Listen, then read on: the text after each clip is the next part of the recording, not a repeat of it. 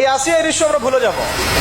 এই যে মেয়েটা কাতরাতে কাতরাতে মারা গেল আজকে, বেশি দিন সময় লাগবে না, 1 মাস 2 মাস হাইয়েস্ট 3 মাস।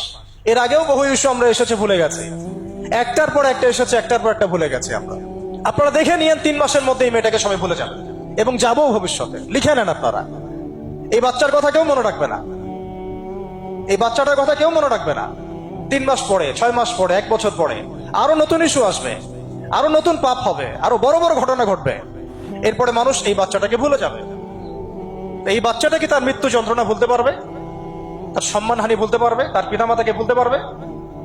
এখন প্রশ্ন হচ্ছে, তার পিতাকেও যদি আমরা জিজ্ঞাসা করি, ইসলামে রেপের শাস্তি হচ্ছে মৃত্যুদণ্ড, আর ব্যভিচারের শাস্তি হচ্ছে অর্ধেক কোমর পর্যন্ত পুঁতে পাথর নিক্ষেপ করে হত্যা করা।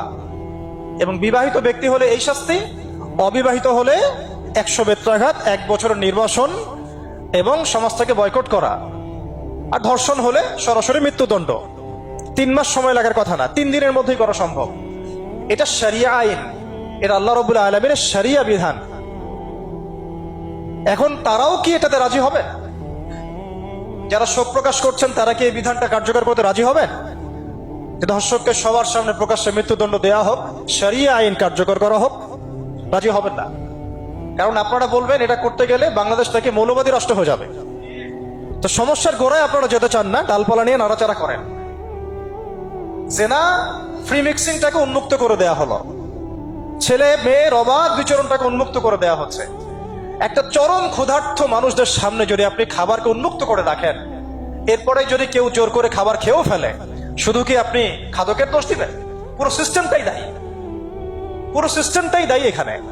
আপনি নারী পুরুষকে অবাধ মেলামেশা দিয়েছেন, ফ্রি মিক্সিং এ দিয়েছেন, একদম ছোটবেলা থেকেই, স্কুল লাইফ থেকে, কলেজ লাইফ থেকে, ইউনিভার্সিটি লাইফ থেকে, জব সেকশনে, এমনকি রাজনীতি করতে গেলেও কর্পোরেট সেকশনে, ব্যবসায়িক সেকশনে, অফিস আদালতে, সব জায়গায় ফ্রি মিক্সিং কে অবাধ ভাবে আপনি উন্মুক্ত করে দিয়েছেন, আমরা উন্মুক্ত করে দিয়েছি। এর উপরে ছড়িয়ে দিয়েছি পর্নোগ্রাফি। পর্নোগ্রাফি সবার ফোনে ফোনে। পর্নোগ্রাফি দেখতে থাকলে একটা মানুষ বাচ্চাকে না, কয়েকদিন পরে পশুর সাথেও জেনা করতে পারে। যদি সামনে দেখেন যে মানুষ পশুর সাথে জেনা করেছে, আপনার অবাক হতে পারেন, আমি অবাক হব না। কারণ পর্নোগ্রাফি মানুষকে পশুর সাথেও জেনা করতে শেখাবে। বাচ্চা তো কিছুই না। এর উপর আছে বিবাহ বহির্ভূত সম্পর্ক, ব্যভিচার, জিনা, ফ্রি মিক্সিং, ভ্যালেন্টাইন্স ডে মতো দিবসগুলো পালন করে ছেলে মেয়ের অবাধ মেলামেশা। আর এই জেনাগুলোকে আমরা বলছি কাছে আসার গল্প, যেখানে ওর উপরে 100 বেত্রাঘাতের শাস্তি অলরেডি মজুদ হয়ে গেছে। আর কতগুলো যে জেনা হয়েছে এটা তো আল্লাহ পাক ভালো জানেন। একটা দুইটা তো করে নাই, একটার পর একটা চেঞ্জ করেছে। বিবাহিত ব্যক্তি পর্যন্ত অন্যের স্ত্রীর সাথে জেনা করেছে।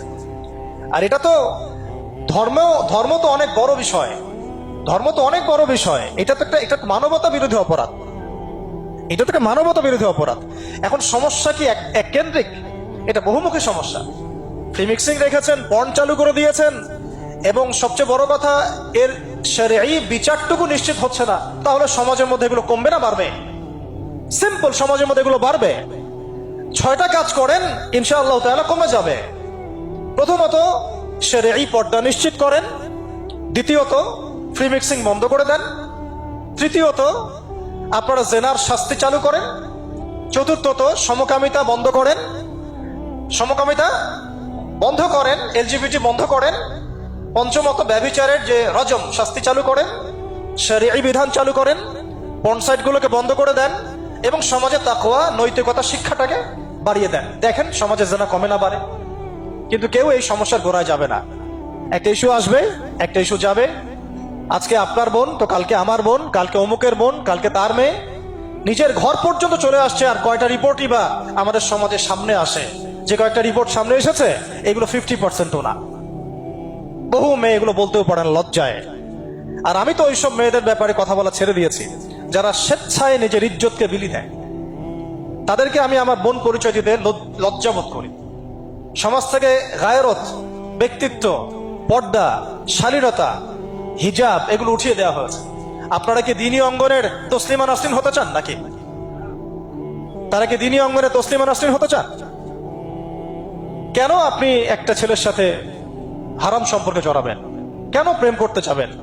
কেন আপনি তার সাথে বাইকে করে ঘুরতে যাবেন? কেন আপনি আপনার বন্ধুদের সাথে ফ্রি মিক্সিং এ ঘুরতে চলে গেলেন, 3 দিনের রাস্তা, 7 দিনের রাস্তা, 10 দিনের রাস্তা, অথচ আপনার উপর হজও ফরজ না মাহারাম ছাড়া।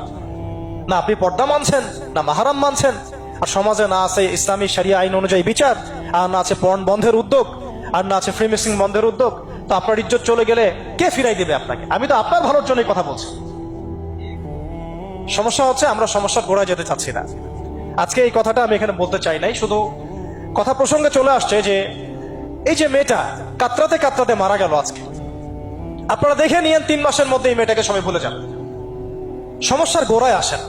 সমস্যার গোড়া হচ্ছে আল্লাহর জমিনে আল্লাহর দ্বীন ইসলাম বাস্তবায়ন না হওয়া পর্যন্ত এই মানবতার মুক্তির কোনো রাস্তা নাই। আল্লাহর কসম করে বলতেছি, আল্লাহর জমিনে ইসলাম, কোরআন, সুন্নাহ, রাসূলের আদর্শ বাস্তবায়ন হওয়ার আগ পর্যন্ত এই জাতির স্বাধীনতা বলে কোনো শব্দ নাই, এই মানবতার মুক্তির কোনো পথ নাই। কেউ আমরা স্বাধীন না।